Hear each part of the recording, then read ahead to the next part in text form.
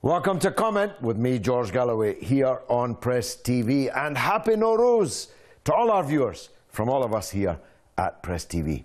We're here for Comment now for the next hour or so. Comment is the big conversation. It can be the great debate, but only if you join in. That's why, above all, I need your telephone calls on 44208-601-4555. You call us, we'll call you back. Establish a clear line. And remember, if you get on the TV with me, your TV has to be down at 0, or I'll have to pass swiftly on because no one will understand either of us. You can also SMS the show on 447800008066, or you can email me at comment@presstv.co.uk. Well, the Cold War that John McCain and John Kerry and Barack Obama want to drag us back into just got a little chillier as President Obama and the White House announced a raft of new sanctions against the Russian Federation, and the European Union foreign ministers arrived in Brussels, that centre of freedom and liberty, to plan ever more draconian action against Russia. And the proximate cause, of course, is the situation in Crimea. Though that's not the real cause. The real cause is Western concern about the rise of new power in the world, about the fact that Russia has dragged itself off its knees to which it was reduced in the Yeltsin era, and has, through its democratically elected government, given the Russian people back a great deal of their self-respect and a good deal, but not yet enough, of the wealth that was stolen from Russia during the Yeltsin period. And the plutocrats and oligarchs that the Western countries are threatening now with the purloining of their bank balances held in Western banks, more fool them for having their wealth in Western banks. President Putin told them more than a year ago to bring their wealth home. It shouldn't be in foreign banks, shouldn't be in foreign football teams, shouldn't be being invested in expensive property in foreign locales. So, frankly, if the Western countries steal their wealth, well, number one, the Western countries will be showing themselves as thieves, and number two, well, it shouldn't have been here in the first place. That's my point of view. I want to hear yours. But let's go back to the proximate cause. I want to ask you to compare certain areas of the world and certain circumstances. At the end of the Kosovan War, the NATO bombardment of Yugoslavia, Kosovo remained a part of the Republic of Serbia. Kosovo has unilaterally, illegally, and out with the Charter of the United Nations, declared itself an independent state. And it has been recognized as an independent state by 110 countries in the world. And who do you think are included in the 110 countries? Well, most of the countries who are now threatening Russia with sanctions. This is absurd, double standards to the point of hilarity. One country declares itself independent and you rush to recognize it. Another country, Crimea, democratically decides in a plebiscite of all of its people to leave the Ukrainian state of which it was formerly an autonomous republic and join Russia, and that becomes the cause for war and confrontation. There are many other comparisons I can give. I will do later in the course of this debate. The second topic we are discussing is Palestinian deaths, which are now occurring amongst a very small population. The number of Palestinian people living in the West Bank, Gaza, and occupied Jerusalem is very, very small. It's less than 5 million. But every single day, Palestinians are being killed by the Zionist apartheid state. And the world doesn't even report it, never mind do anything about it. Now, Palestine, West Bank, Gaza, occupied Jerusalem, has the same population as Scotland. Can you imagine if every day a foreign occupier was killing people in Scotland every single day, as well as starving them, as well as building illegal settlements upon their land, as well as throttling them, torturing them, imprisoning them in huge numbers for political offences? Can you imagine the cause célèbre that would be in the world? And yet it's happening to Palestinians every day, and Europe doesn't do a thing about it. On the contrary, Europe treats the criminal as if it were the victim, and treats the victims as if they were the criminals. And that's adding considerable insult to very considerable injury. The teams from Israel participate in the European Football Championships. They even get to sing in the Eurovision Song Contest, though maybe that's some kind of punishment, but it definitely doesn't fit the crime. The European Union, which is busy lecturing Russia over Crimea, where not a life was lost at the hands of any Russian, are doing nothing, indeed helping the ongoing attrition, massacre and repression of the Palestinian people. Discuss. And lastly, we have unfortunately seen the passing from this life of the very great and right honourable Tony Benn. I was with him for 40 years, and I was by his side during some of his most epic battles, particularly his struggle to win the leadership of the Labour Party and make it a real Labour Party, a socialist party that would transform the lives of working people. As the Vice President of the Stop the War Coalition, I have been marching behind him as President of our coalition from the very first day. Tony Benn was the greatest Prime Minister that Britain never had, the greatest leader that the Labour Party never had.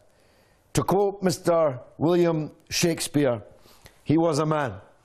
Take him for all and all, we shall not look upon his like again. The Right Honourable Tony Benn, I salute you.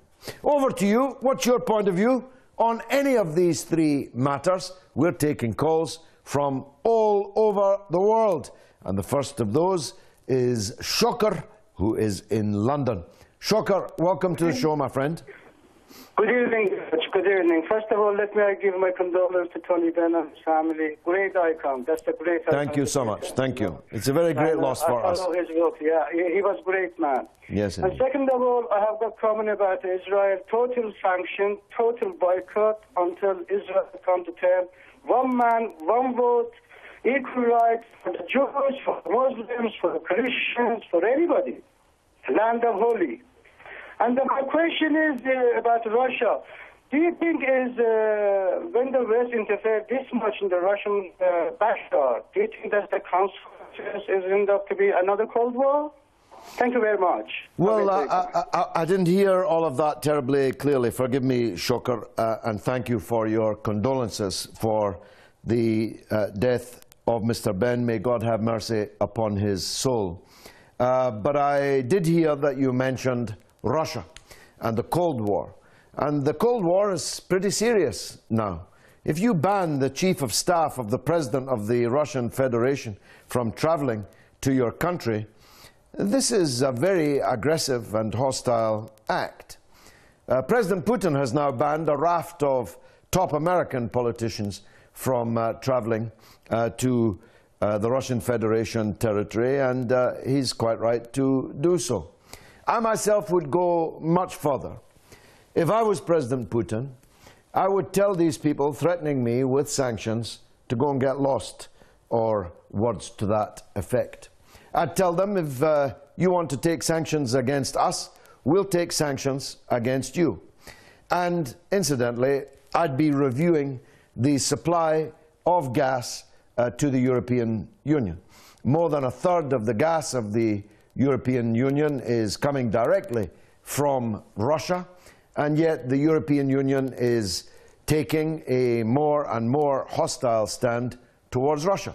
I'd be saying to Western companies, if you want to do business in Russia, which is a huge and booming market, I don't think that that can be business as usual, as long as your governments are putting sanctions on us. I think we have to face these people toughly. That would be what I'd be saying if I was in President Putin's office. Let's see what Frank in Yorkshire thinks of the matter. Frank, welcome to the show. Hello, George. How are you, man? By the grace of God, I'm good, Frank. Go on. You're looking well. Thank you, brother. A bit fat, if you ask me, but there you go. That's just my opinion. Thank you very much. I'll go on a diet right after the show. Now, listen, terrorism. The last time I talked about this, you shot me down, and I don't know why you've done it. You know, you have to get probably because I disagreed with you. That's my job. Go ahead. Well, listen, terrorism really doesn't exist. It exists because the Western world has created it. When you got 9/11, yeah, right. The West created this thing called terrorism. It's the Rothschilds. Look at the Rothschilds. What about the Rothschilds? Why are you people obsessed by the Rothschilds? I've never understood it. Don't you know how corrupt they are? Well, I don't think they're any more corrupt than any other banker. They're all corrupt. All the bankers are corrupt. Whether they're called Smith, whether they're called Macpherson, or whether they're called Rothschild. Why do you single out people called Rothschild? And I've never understood it. Let's single out the Queen of England. What? Let's single out the Queen of England. You can speak about the Queen of England. Go ahead. Yeah, she's corrupt as well. Listen, in what way is the Queen of England corrupt? George, every bloodline think they rule the world. You know what I mean? Well, I'm against bloodlines. They rule the world. Frank, I'm against bloodlines. I'm against royal families. I'm against kings and queens. But you just made a statement that the Queen of England is corrupt, and I'm asking you to justify it. Go ahead. Right. Every U.S. president has got a bloodline to the Queen of England. Am I right or wrong? Oh, you're talking nonsense. You're just a fantasist, Frank. It's better if you don't come back. Abdul Majid is in Mombasa, in Kenya. Let's hear from him. Abdul Majid, go ahead. Good evening, Mr. George. Good evening to you, sir. Go ahead. I'd like to talk about Russia and this America. You know, Russia done a good faith to take Crimea, to put in his position. Mm-hmm. And this John... Well, the Crimean people decided, didn't they, Abdul Majid? Yes, Crimea people want Russia to be on the side. Yeah, they are Russian people. With the fascists. They are Russian. Because they are Russian, I know. They were for centuries a part of Russia. But me, I comment about this. John Kerry told the Russians they're thieves. They grab the land. They're not the thieves. They're thieves. The Israeli, the big thief, grabbing the Palestinian land. Yeah. And America's done a fair bit of thieving in its time also, Abdul Majid. After all... Come again? I'm saying America's done a fair bit of thieving in its time also. Yes, it's time off. Now it's a new empire. I mean, the United States has a black president. According to the last nutter, he's connected by bloodline to the Queen. But we'll pass over that. Oh. There are black people in America. Why, Abdul Majid? Because they were taken from Africa in chains as slaves to serve the white settlers, the white European settlers. To be given a bull, a 40 acre with a bull. The black people that be promised to be given 40 acre with a bull. Yeah. Instead they were worked as a bull. They were worked as a beast of burden by the white settlers in the so-called New World, which the white settlers had stolen from the indigenous people whom they massacred. Who are these American politicians trying to kid when they talk about people taking other people's land? As you say, Israel has taken all of Palestine, all of it, from the river to the sea, with American help, American money, American weapons. How's that for an act of thieving? Yes, Mr. George, yes. They take some people lands by force, violence with robbery. They use violence with robbery to steal people lands and their books. These Jews. So how do you think things will change now, after Crimea? How do you think things will change in the world? Now is the time for Russia to be top. America is going down. And all the people, they will start sidelining with the Russians. They leave America, they join Russia. And I'll tell you something else. Let me add something else, Abdul Majid. I agree with you. It's time for Russia to stand tall, and I'm perfectly sure that they will. But it's time for China to stand beside them. Because if Russia is defeated, China will be next. Am I not right? There's these people, they said, man, when the time king become a steward, steward become a king. Excellent. Thank you very much, my friend. I'm going to Cyprus next. From Kenya to Cyprus. Andreas is on the line, on Crimea. Go ahead, Andreas. Yes, good evening, George. Good evening, sir. Go ahead. My best wishes to the Iranian people.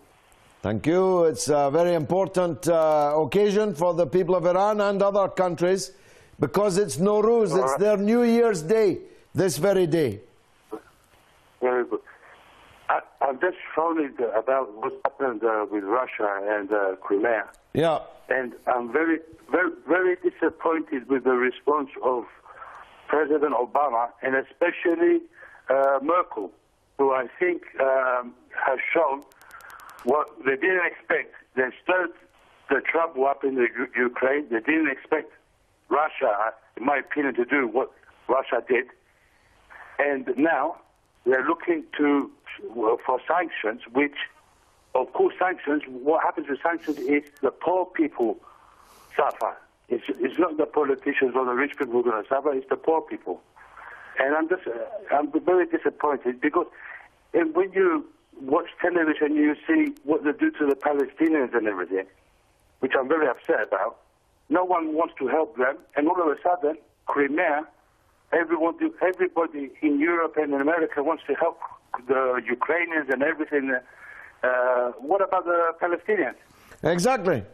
Exactly. And where did we get the money, Andreas, to help the Ukrainians? $5 billion, $5 billion, the United States has put in to bringing about this current state of affairs in Ukraine. But where did the European Union get billions to give Ukraine? When Cyprus was in trouble, when Greece was in trouble, when Portugal was in trouble, when Spain was in trouble, there was no money. But now there's money to give to Ukraine, which isn't even in the European Union. What do people in Cyprus say about that, Andreas? At the moment, George, we are getting strangled here. We are getting half the money we were getting before. Everything's very tight here, and everything's very, very difficult in Cyprus. People don't realize how difficult the unemployment is very high here. And when you see all these billions going into Ukraine for political reasons, it makes you sick. Indeed, it ought to. Andreas in Cyprus, thanks for that call. Off to Africa now. Talk to Maxwell in Zimbabwe. Maxwell, good evening, welcome. Maxwell, are you on the air? Hello. You're on the air. Okay, hello? Yes, go on. I just wanted to comment on the Russia-Crimea unification. Yes. Now, the story goes like this. Since most of the Crimean people voted for the unification with Russia, No, and overwhelmingly. the majority, More than 90% of them. yes, and the majority agreed for the unification of Russia. Now, the question is that, why is the Western countries, the EU and Germany, imposing sanctions on Russia when all the people in Crimea agreed on the unification with Russia?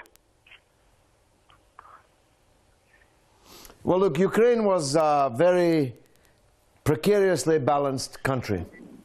47% of the citizens of Ukraine were ethnic Russian, Russian-speaking people. That meant 53 to 47. To govern a country like that, you have to be very careful. You have to balance the interests of both communities very carefully. You have to respect each other's community, each other's language. You have to have a government of national unity, which has the goodwill and the support of people from both communities. Once the coup d'etat in Kiev took place and the Russian language was cancelled as the first act of the new unelected coup government in Kiev, as soon as they cancelled the Russian language, this signalled to the ethnic Russian, Russian-speaking people in the Ukraine that the future was going to be very, very difficult. So those who could, and Crimea could, because it was an autonomous republic within Ukraine, who could leave, have left. And the West has to get over it. It's a price paid because of their intervention with money and other things in the destabilization of the government of Ukraine and its replacement by an unelected coup government containing five open anti-Semitic fascists in the top positions in their government. So the people of Crimea could leave, did leave, get over it. That's the point. Ibrahim is in Nigeria. He wants to talk about Palestinian deaths. Do they matter in Europe? Ibrahim, welcome to the show, my friend. Ibrahim, are you there? Unfortunately, it doesn't seem as if Ibrahim is there. We were in Zimbabwe. We went to Nigeria, but we didn't get in. Let's try for the next call. We're talking indeed about Palestinian deaths, asking if they matter in Europe. It would appear that they don't. And we're asking, in the wake of Crimea and the decision of the Crimean people to seek reunification with Russia and Russia's decision to accept it, what will that mean for the world in the future? Behruz is on the line. He's in Nottingham. Behruz, welcome. Hello, George. Yes, how are you? By the grace of God, I'm good. Okay. Thank you. Go ahead, sir. Definitely. Well, basically, I'd just like to talk about what's going on in Russia. It's basically carrying on some. I don't know if you remember, we were speaking a few weeks ago, and we were talking about what's going on there. I do, yeah, I remember well. Yeah, basically the points I was making there at the time was what we saw was an attempted coup d'etat financed by the West, where they put all these fascist sympathizers in and whatnot, in an attempt to try and smash the Shanghai Cooperation Organization, which of course consists of Russia, China and Iran. They want to put in regimes more hostile to them. I think you analyse it in the overall context. It's part of a long-term plan that they've had to destabilize Russia, of course. I mean, going back to the Georgia conflict, of course, in 2008, the mainstream media genuinely reported that it was Putin who'd attacked, was the main aggressors in said conflict, when in reality it was Georgia. The other way around, yeah. Yeah, Colin Powell even admitted as much. I think what we're seeing now, though, is very much after with Russia going into Crimea, you're seeing the decline of the West's power in many ways. I think you saw what happened in Syria. They were unable to get Bashir al-Assad out of power, of course. They were very much financing the death squad. The majority of the deaths in Syria, of course, were not Assad. It was not the Syrian army. It was very much the death squads that were financed by the West. The Frankfurter Zeitung, which is a German all the power that remains to the British government, Behruz, is to stop Russian rich people shopping in Harrods. Leaves more room for the rest of us. Behruz, you're a well-informed man. and that, as always, was an excellent call. I need to take a break for just 3 minutes, but I promise you, God willing, I'll be right back after a short news bulletin. So don't go away. Stay tuned for the second half of Comment, coming back right after this.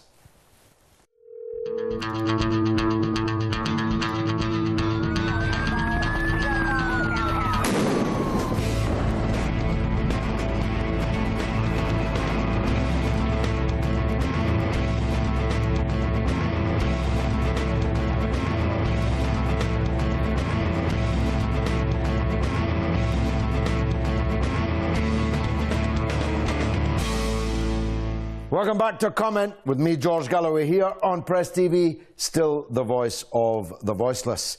I began the show and do again begin the second half of the show by wishing a happy Nowruz to all those in the dozens of countries around the world who celebrate this spring equinox as the beginning of a new year. The spring equinox is this day.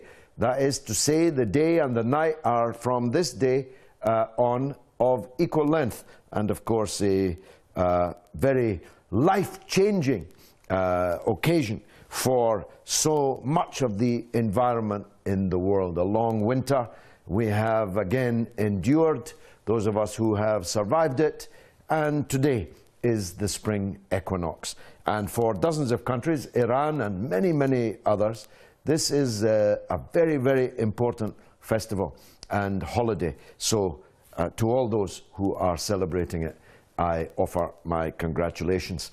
And we are talking about the current situation in Palestine.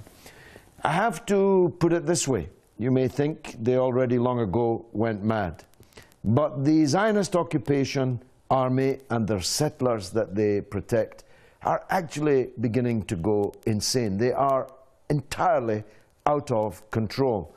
This is the funeral of a little boy murdered by them this week, and you can see the grief and consternation amongst the population there, his family, his neighbours, his school friends and the like. But when they're not killing them, they're torturing them. A very promising Palestinian footballer was taken by the so-called IDF, so-called Israel, so-called Defense Force, and shot 4 times in each foot so that he would never again kick a ball, never again be a footballer. These people are pure evil. These people are committing sins on a gargantuan scale. They are committing crimes on a gargantuan scale. The blood of Palestinian people is red, just like our blood. But that blood is undoubtedly cheaper. I asked the question earlier, if amongst the 5 million Scottish people, this kind of atrocity was being committed every day by a foreign occupying army, what kind of a story would that be in the world?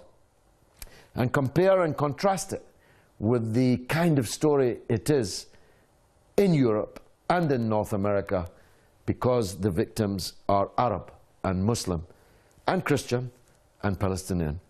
That's one of our subjects. The other subject is Crimea and how the world has changed, or if it has changed, as a result of the events of the last few weeks in Ukraine, in Crimea, and in Russia, and in the attitude of the European Union and the North American countries. Canada has been even more warlike than America and Britain, which I'm sorry to say is the norm nowadays.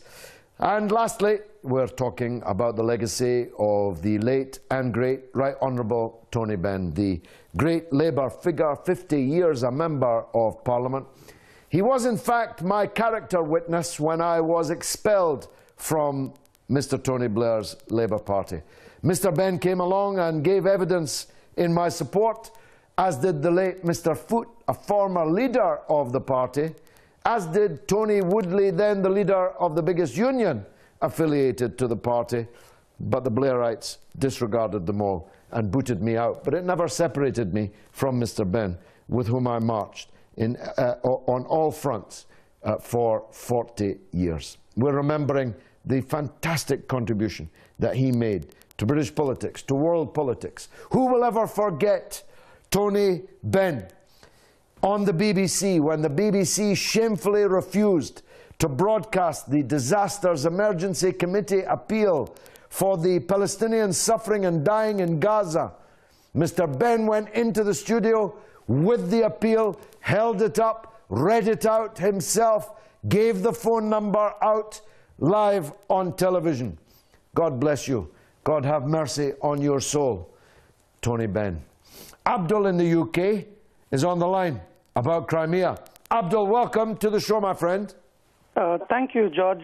Let me first congratulate you on completing 300 shows, and I hope you go on for 300 more. God willing. Thank you very much, Abdul.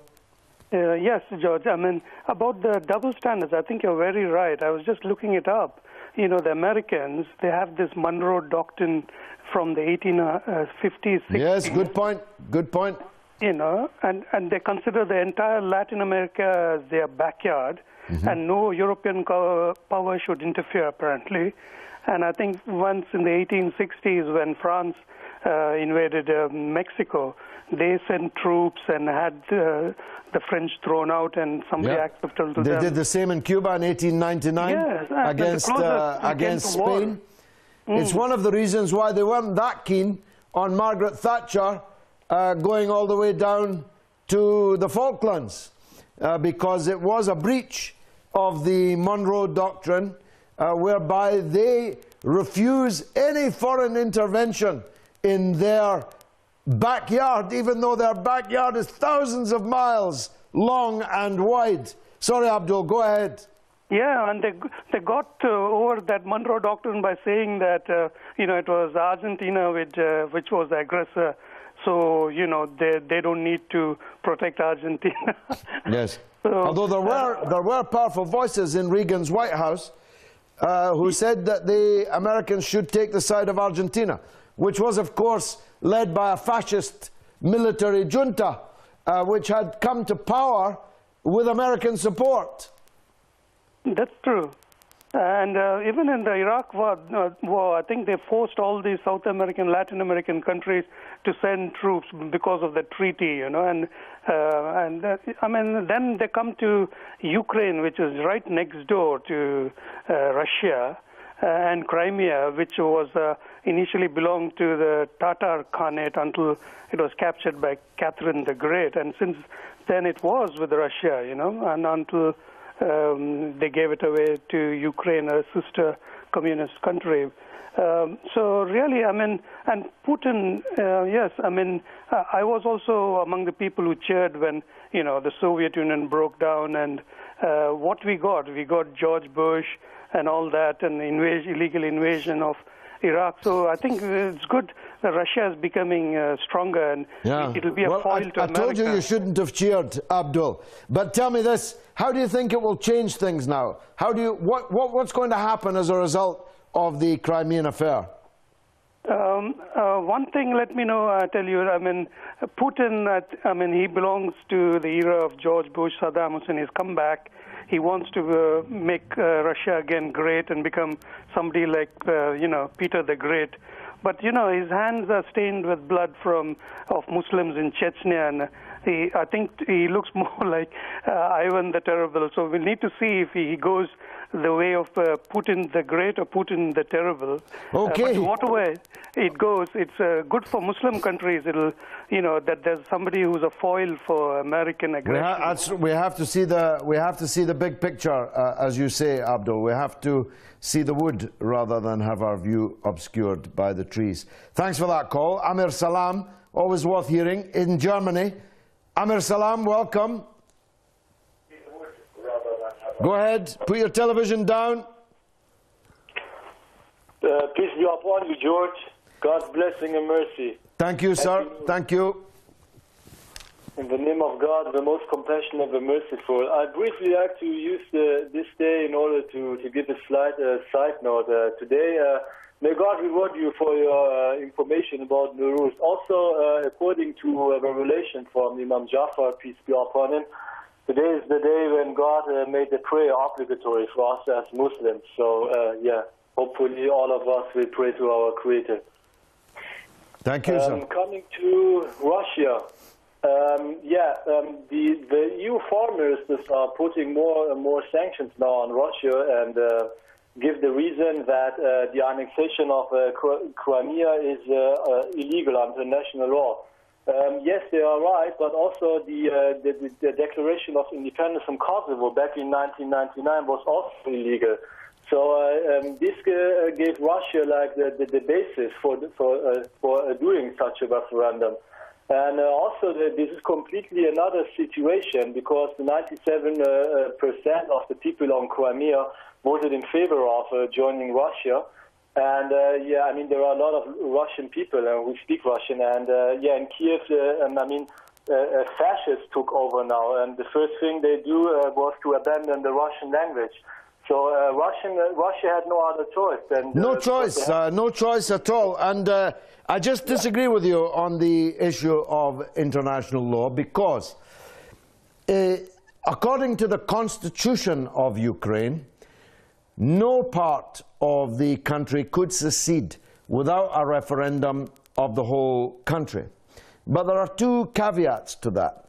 First of all, Crimea was an autonomous republic within the Ukraine. And secondly, the constitution of Ukraine was torn up in the coup d'etat. It no longer existed. It was null and void. You can't say that a coup which burns down the presidency, burns a lot of police officers, drives the president from the country, forces members of parliament on pain of death. And I don't know if you saw on television yesterday the head of Ukrainian television being beaten to a pulp by fascists complaining that he was too pro-Russian in his coverage of the affairs in Ukraine. Oddly, I never saw that on the BBC or on Sky. You can't say that after all that there is still a constitution that everyone has to obey. Once the constitution has been trashed, it's been trashed. And the Autonomous Republic of Crimea decided to leave. Its people endorsed it in overwhelming numbers. And Russia has accepted the return of Crimea, which was only given away by Russia in my own lifetime. And that's not that long. Amir Salam, thank you very much indeed for that call from Germany. Faisal's on the line in London on the Palestinians. Faisal, welcome. Hello, George. How are you, George? By the grace of God, I'm good. Fire away. Go ahead, sir. Good. Yeah, my condolences to Tony Benn's family and... Thank you. Thank you. God have mercy upon him. Peace and happiness in the next world. Inshallah. George, coming back to Crimea, I mean, I was listening to that Nolan talking about how to fix, what you call it, the country with people who are, you know, with guns and things like that. They wanted to have, what you call it, these snipers and things like that. Mm-hmm. They wanted to have in a shot. But the other point I was going to say is, the West doesn't mind when it suits them to give independence to countries like Falklands, then... well, that's right. Faisal, we had a referendum in the Falklands last year of 2,300 British settlers. And we were asked to accept this as a legal and binding decision in relation to the Falklands. Yeah. But they don't want to have it. But what about the people with Diego Gracia? They didn't have any... They didn't get a referendum. They were just deported. Yeah. And are living in the south of England as refugees. Where is their freedom? Where is their opportunities to... Their country was given to the United States as a military base. All they told these people was the country was going to sink. Yes. So they've taken that part of the world over. And coming back to Israel, I mean, when Saddam broke the rules of the United Nations, they said he has broken it so many times, that's why we are going to invade. but Israel has broken every United Nations requirements that nobody seems to want to do anything about it. Well, that's the nub of the problem, Faisal. There's one law for Israel and another law for everyone else, Yes. and especially for Muslim countries. Yeah. I mean, look at the situation on the nuclear front. Iran has no nuclear weapons, Yeah. is a signatory of the Non-Proliferation Treaty, does allow the IAEA regularly to inspect its facilities and its country. Yeah.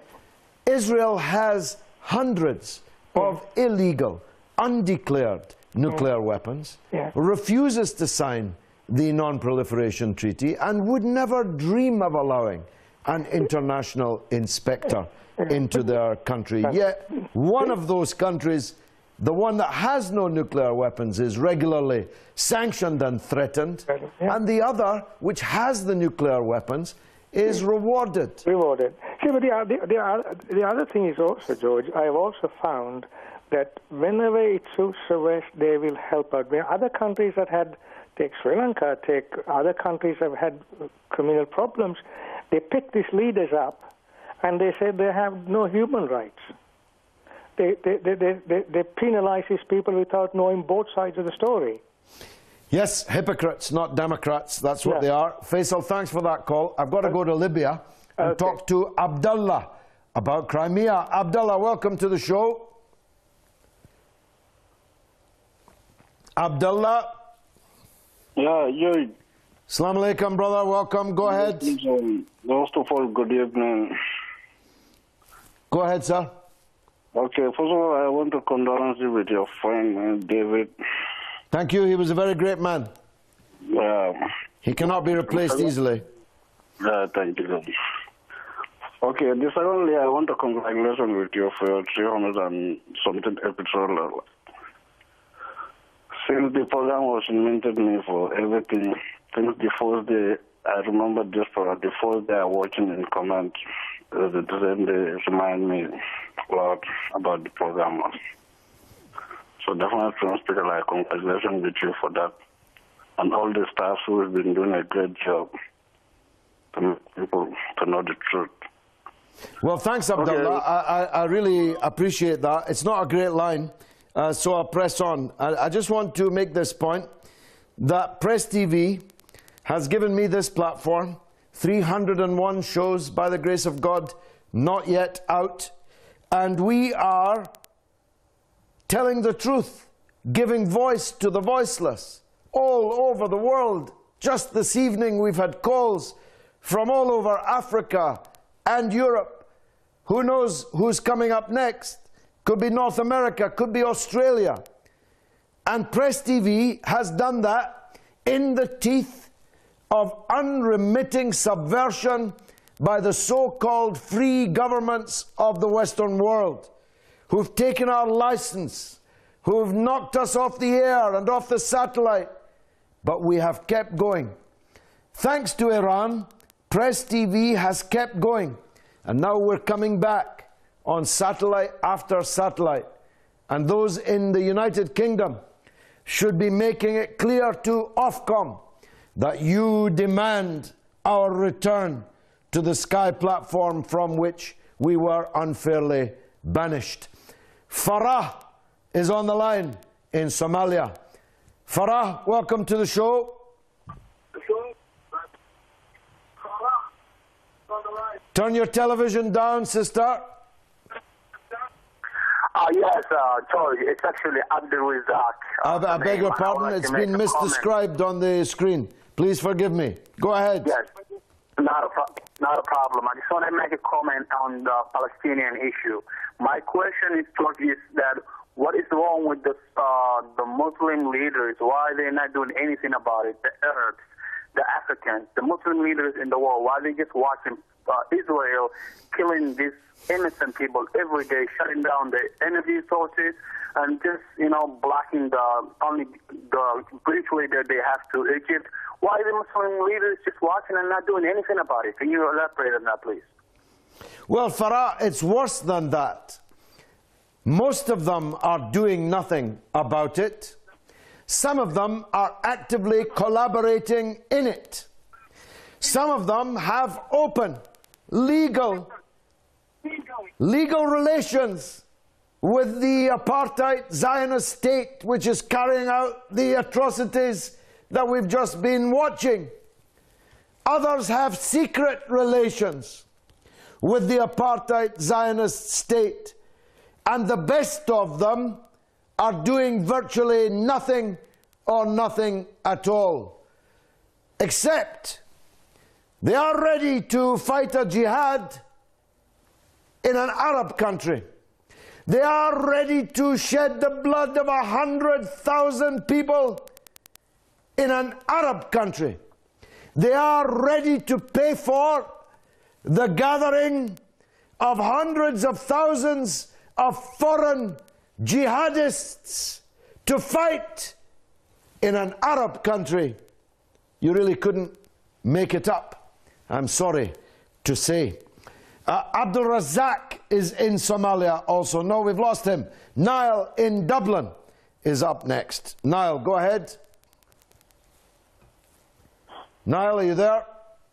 I am indeed, George. Good evening to you, brother. Good evening to you. Welcome back, Niall. Go ahead. Okay, George. I'm just looking at the whole issue in relation to the Crimea, and it's truly, truly bizarre what's going on out there. You know, George, listening to Angela Merkel over the last 2 days, you'd swear that there has been an outbreak of historical revisionism in Germany. Indeed. A dangerous place for that to happen, Niall. Absolutely, George. You know, absolutely. You know, and like 70 years after, nearly 69 years after the end of the Second World War, we now have the modern state of Germany rushing to the aid of neo-Nazis.